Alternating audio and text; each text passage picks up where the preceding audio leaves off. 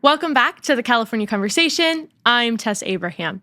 Wildfire prevention is a huge issue in California politics. Every year, after a devastating wildfire season, politicians like to get on camera and make a lot of promises about what they're going to do in order to keep this from happening again. So they talk about things like clearing the brush. They talk about improving our water supply so that we're ready to go when we need to fight a fire. And they always say that they're going to cut through the red tape that stands in the way, cut the bureaucracy, and fast track these sorts of projects so that these wildfires never happen again. But promises don't mean anything if they don't actually deliver on the results that were promised. And so a new investigation into California's handling of wildfire prevention progress shows that less than 1% of projects that were promised by Governor Gavin Newsom have actually been accomplished to date.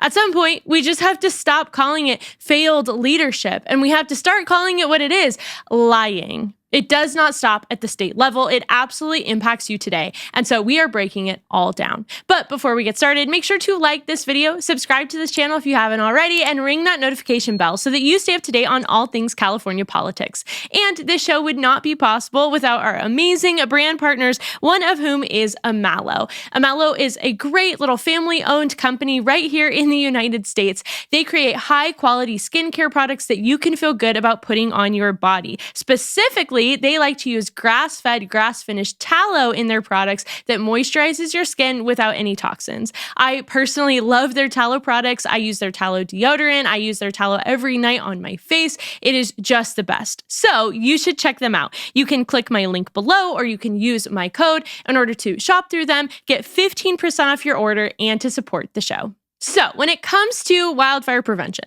let's start from the beginning with what was promised, because a very big promise was made last year by our governor in light of the Palisades and Eaton fires. And so we have talked about this before, but you will remember that these fires burned through thousands of acres over the span of several weeks.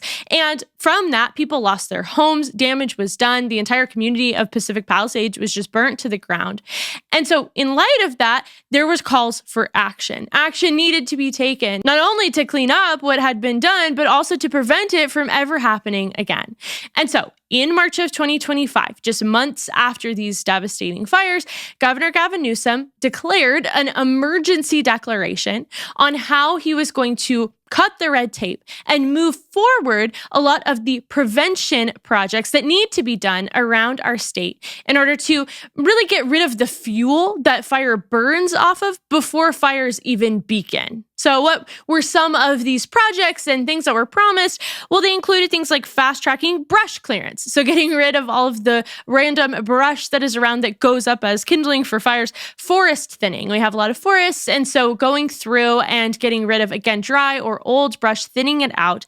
And then also performing controlled burns. So again, all of this is with the goal of just reducing the fuel. To do this, we actually set aside $170 million in our state budget that was toward these projects. And the fact that he actually had an emergency declaration signaled that it was supposed to make this fast and easy, because we know in California, nothing here is ever fast or easy.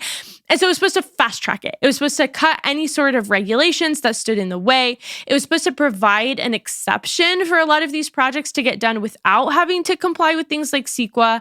And so because of that, Newsom could stand in front of us and he could say, I am doing everything in my power. I am going to make sure it is easy to prevent this from happening again. And if we look at the progress, his office has been touting great progress being made since the spring of 2025. And so by the fall, just a few months later, his office put out that they had fast-tracked 300 projects in 300 days. And that sounds really good, to have 300 projects that were approved through this process. That means that they could have an exception to meeting the environmental regulations in under a year would signal great growth. And so if you just read the headlines or you just heard him speak at a press conference, you just saw the banners that they were putting out, you would think, this is great. We're making fantastic progress. And so while Palisades and Eaton were completely unfortunate, and while there are still questions there, we can note moving forward that change is being made. But like anything in our state, I hate to inform you that what is being told to us by our politicians and leaders and what is being put on the headlines is not at all the case. And so while Newsom is saying that he's addressed the problem, we have to actually look at that list of projects and we have to actually measure how much progress has been made. And this is where a new investigation has been conducted and has been showing us some very concerning results. So researchers at City Journal filed public records requests with California's fire authorities. They specifically wanted to know, of the 100,000 acres that were promised that we were going to have all of these projects conducted on, how much has been completed so far? Because at this point, it's been over a year since the fires and it's been over a year since the emergency declaration. So surely we should have made substantial progress on that number. Of the 100,000 acres that were set aside for these projects, only 798 have actually been treated and completed. Okay, just think about that. 100,000 acres were going to be treated. Under 1,000 have been completed in over a year, 798. When you look at the percentage of how much has been done, that is less than 1% of the acreage that we are being told as Californians money is going toward to actually treat and make sure that it's going to help prevent fires. And meanwhile, we're moving into new fire seasons. I mean, last year is over. We've gone through the full cycle of the year. The winter is over, and now we're moving into the summer. And I can attest, as someone who lives in Southern California, I've already seen brush fires popping up. Thankfully, they have been put out, so nothing huge like Palisades. But fire season is upon us. It's going to continue into the fall. And so the time to have all of these projects done really was last year, or was more in the winter and colder and wetter months before we're going to start having to battle these fires once again. And so you might be asking, well, what about that claim of 300 projects were fast-tracked in 300 days? Did they just make that up? No, but if you look at the list of projects, what they're doing is they're taking these minuscule, like tiny projects, and they're breaking them out into each one to be its own individual thing so that they could show a very inflated number. 300 projects have been fast-tracked, when in reality, that doesn't cover the 100,000 acres that our governor promised needed to actually be treated and completed. And so in that list of projects, we have a 0.24 acre tree pruning project. So less than an acre, less than a quarter of an acre was approved. And that's what they're counting as a single individual project that's going to boost up those numbers to be able to tell you how many they've completed. They also have a 0.36 acre fell trees project near Thousand Oaks that they cleaned up. And then there's a 6-acre vegetation management out in Sonoma County. That project has been completed. But you can see when your number's 100,000 and you're listing out each separate one as under 1 acre or as 6 acres, how that is going to deceive, how that's going to manipulate the people who you are flashing these headlines to. What we were told, what we were promised by our governor is that there's going to be sweeping change. And that's what we need in California, especially Southern California, if we're going to stop seeing these devastating fires, is we need mass change so that we can actually move the needle on prevention. But that's not what we're getting here. We're getting tiny individual projects. And so clearly the administration, clearly the people in charge care more about the metrics that they can put out to you and me so that we can feel like they're doing something rather than actually getting the work done. And even if you wanted to say, well, these projects are small, but they're important and they're good to be getting done, at the same time, if we just look at the full list of approved projects, only 13% of that list has actually been completed. So even if you look at all of the projects split out entirely, 13% are how much has been completed in over a year. That's just laughable. That's not true progress. That's not delivering on the promises that were made. And that certainly is not going to actually put us in a position where we can prevent mass wildfires from breaking out year over year. So why Why is it taking them so long? Why is progress being stalled? Why haven't we reached that 100,000 acreage number? What is really going on? Well, there's actually a really good example that's called out in the investigation that I think that we need to look at because it is very demonstrative of how our government works and how promises by one person actually don't mean anything, because unless you are going to change the system and you are going to make sure that the system is moving at a faster pace entirely, then your promises, again, mean nothing because you won't have made any sort of change. So one example that we need to look at is the San Ramon Valley Fire District. This is located east of San Francisco. So we're looking around the Bay Area. What happened is this local district wanted to do mitigation work actually on a state parks land that is in their district because it is classified as, quote, a very high fire hazard severity zone. So clearly, if you have worries about wildfires, then if you have a place that is very high fire hazard severity, like that's very intense, then that is where you would want to start with your projects. So what happened is they actually created a detailed plan of the type of mitigation and the type of projects that they wanted to do. They secured their own local funding, which is huge because usually funding is what can hold up these projects. And they were completely ready to start. They had the labor, they were ready to go. So they removed all of those barriers to actually being able to get done progress on the projects that they wanted to enact. What happened then is that the state got involved. And once the state was involved, everything was slowed down. California state parks imposed restrictions on treating protected plant species. And so because of that, that immediately was going to shrink and reduce the size of what they could actually treat and what they could actually do. They also imposed mandatory cultural and habitat requirements that had to be kept up even among treatment. And so that, of course, was going to throw a wrench into the detailed plans.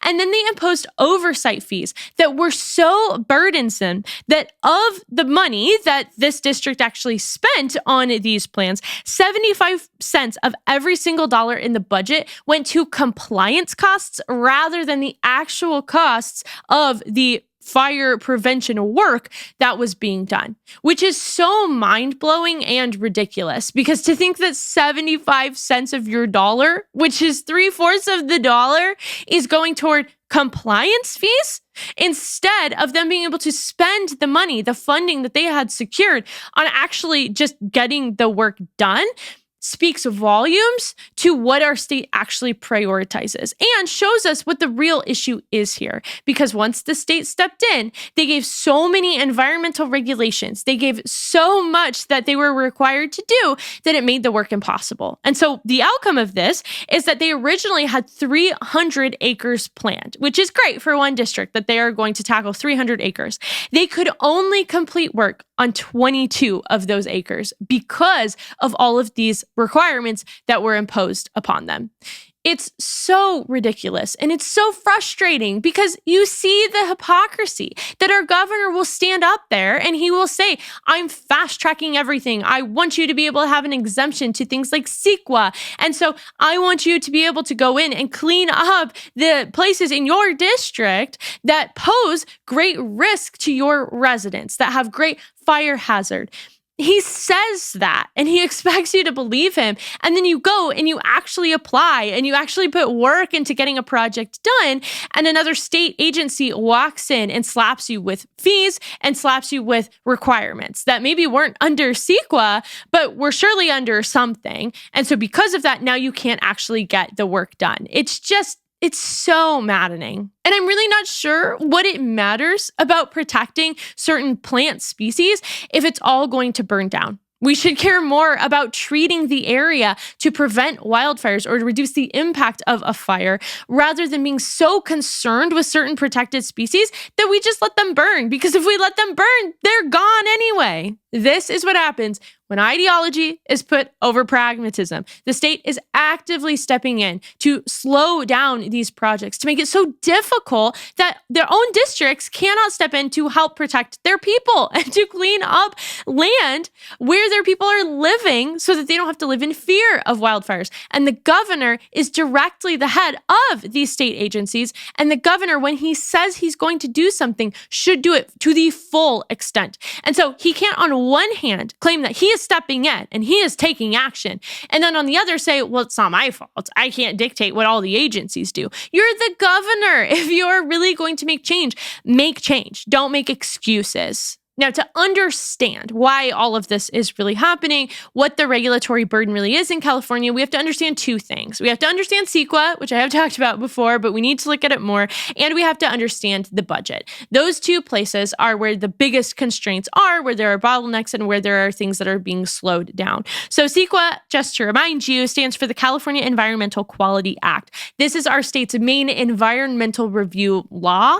And so what it does is it requires any land management projects, so wildfire prevention would fall under that, to go through a very extensive process before work can actually be done. And this process slows down the speed of projects significantly. A very straightforward project could take around 6 months or several months to be approved. Complex ones can take over a year to be approved. And so that's a time frame, an approval process that has to happen before the work can even get started. And so why does it take so long? Well, there are several steps. First, they have to do initial studies. Then they have to do environmental impact reports. Then they have to have a public comment period on the projects that they're trying to carry out. Then they may have to be required to give alternative analyses depending on what the original reviews and reports were showing. They have to obtain different agency certifications. And so all of this is being approved and going through the state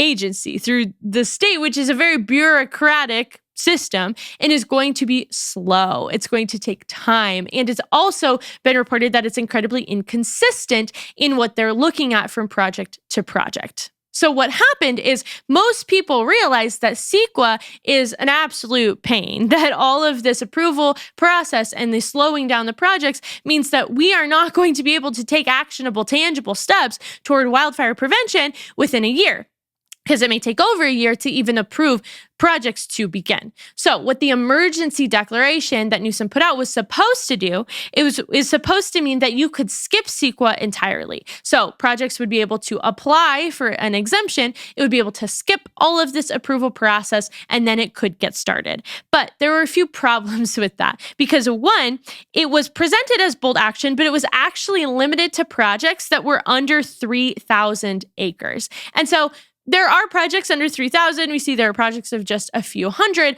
But when you're trying to reach a goal of 100,000 acres, then capping something at 3,000 acres is a very small. And so there really can't be wide scale change happening. It's going to be reduced to these tiny projects that maybe would have been approved through CEQA fairly quickly anyway, because they're not a complex case. But then on top of that, the window to apply for the exemption expired. It expired this past spring. And so it's already up. No more projects can actually go through the approval process. So again, this was presented as bold action that was going to drive forward progress in California, but really it was temporary, and it doesn't seem that it really changed the bureaucracy. It was just a workaround to the bureaucracy that was created by our state and that has been upheld by our state leaders. So Gavin Newsom didn't overhaul anything. He hasn't made significant change. And at this point, we're right back to where we started because the exemption no longer stands. So CEQA is one aspect to this.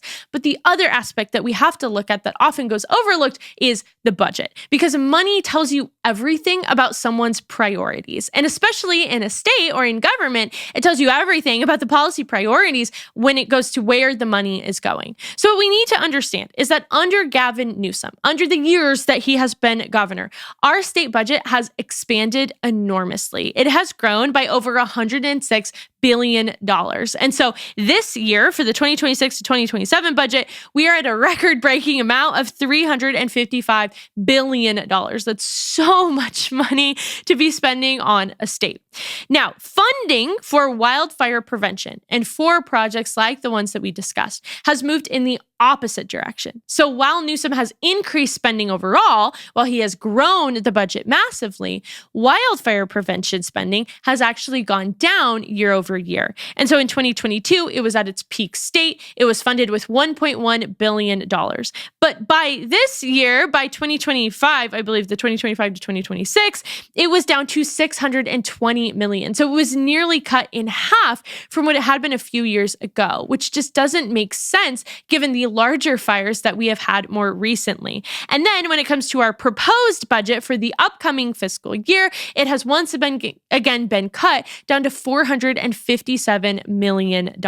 So just to recap that, the budget has grown by $106 billion, and yet the wildfire prevention costs have been cut by nearly $650 million.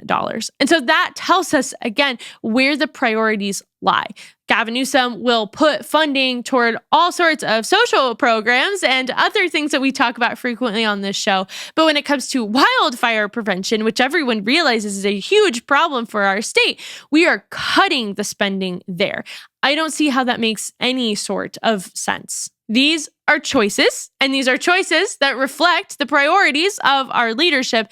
And clearly, our leadership is not prioritizing protecting Californians from wildfires, because if they were, they would remove funding from other less critical, less necessary programs like giving iPads to prisoners that we talked about last week, and instead would be putting it toward these types of projects to ensure that there's not as much fuel to be burned by wildfires. What is important to understand about this is that this is real, tangible, and devastating to local communities. It doesn't just stop at a statewide level. It doesn't just stop at the governor's office. This impacts real people. And so we just talked about the San Ramon Valley. Well, every single acre that was not able to be cleared poses a threat to the people who live there. And every delay in the project will impact them in the future if there happens to be a fire that sparks up. But the best example, the one that we all know about that I've referenced many times, again, is Los Angeles and Pacific Palisades, because whole communities were burned down because of bad policy. And while that impacted Los Angeles City, and while LA City is responsible for some of the choices that were made, it reflects the overall broader sentiment and the broader priorities of our state when it comes to wildfire management and being prepared for these emergency disaster situations. And so there's some breaking news on that front when it comes to Pacific Palisades, because we all know Spencer Pratt. I've talked about him before. He just ran for mayor, unfortunately did not make it to the runoff in November. But Spencer Pratt was very vocal during his campaign about the fact that he lost his home in the Pacific Palisades and that his parents lost their home in the Palisades fire as well. And so because of these failures, Spencer Pratt has announced that he is actually suing the city of Los Angeles. It centers on the LA Department of Water and Power. So there are multiple defendants who are being sued in this lawsuit. And he is focusing on the water system failure that is in the city. And that, of course, is a part of broader state policy as well, specifically as it relates to the empty Santa Ynez Reservoir, which he blames a lot of the lack of being able to have an adequate fire response to that reservoir being empty. Now, what's interesting is that in recent days, we have heard that Kenneth Bass, who is the brother of the current incumbent mayor, Karen Bass, is actually joining in on this legal action. And so they are both part of a multi-plaintiff and multi-defendant master lawsuit that is targeting 18 both public and private agencies, including the City of LA, LA DWP, and Southern California Edison. And so this is important because this is actually speaking up to call out leadership on bad policy, to call out leadership on failed promises. So just as I'm saying, Governor Gavin Newsom has failed in delivering on his promises, now we see that in specific cities and specific communities, people are speaking out because they are tired of it. And so this brings to light that this is not a partisan issue.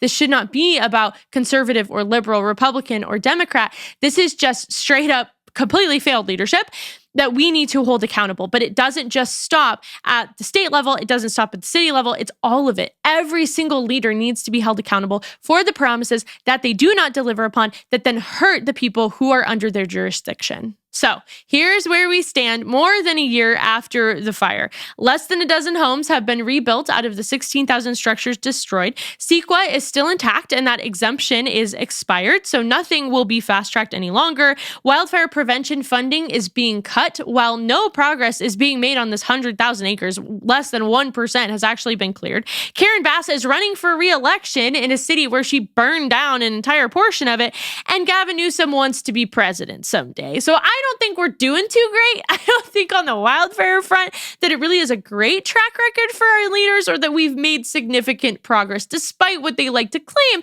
about how much they have done for us. So as we acknowledge that these are the same leaders who are going to ask for bigger budgets, they are going to ask for more power, they are going to be asked to be voted back in, we need to understand the importance then of holding them accountable. And so what's most important is that we know about this. It is important that this comes to light because this type of leadership, this type of power, this type of stewardship that they have been given requires accountability. They cannot go unchecked. And so we need to make sure that every single person in California knows when they say that they have delivered on their promises to help prevent wildfires, they have not. And when another wildfire inevitably breaks out and there are more policy failures and they get up there and say, I did everything I could, I fast-tracked it, I've had all of these projects done, we need to be armed and equipped and informed enough to say, no, you didn't. You absolutely deserve leaders that understand that every delay in these type of projects, every bureaucratic obstacle that they put in the way has a real cost to you as a person who lives in their state. And so while we cannot control when wildfires break out or where they break out, what we can control is whether we are going to listen to and accept a government that continually promises that they are going to prevent these wildfires and then yet repeatedly fails to deliver on those promises. Thank you so much for joining me here today. I hope it was helpful for you as you navigate life in our state and that you learned something new. If you love the show, please spread the word and share it with your friends, family, and fellow Californians. And I'll see you back here next week for a very fun, very special July 4th episode of the California Conversation.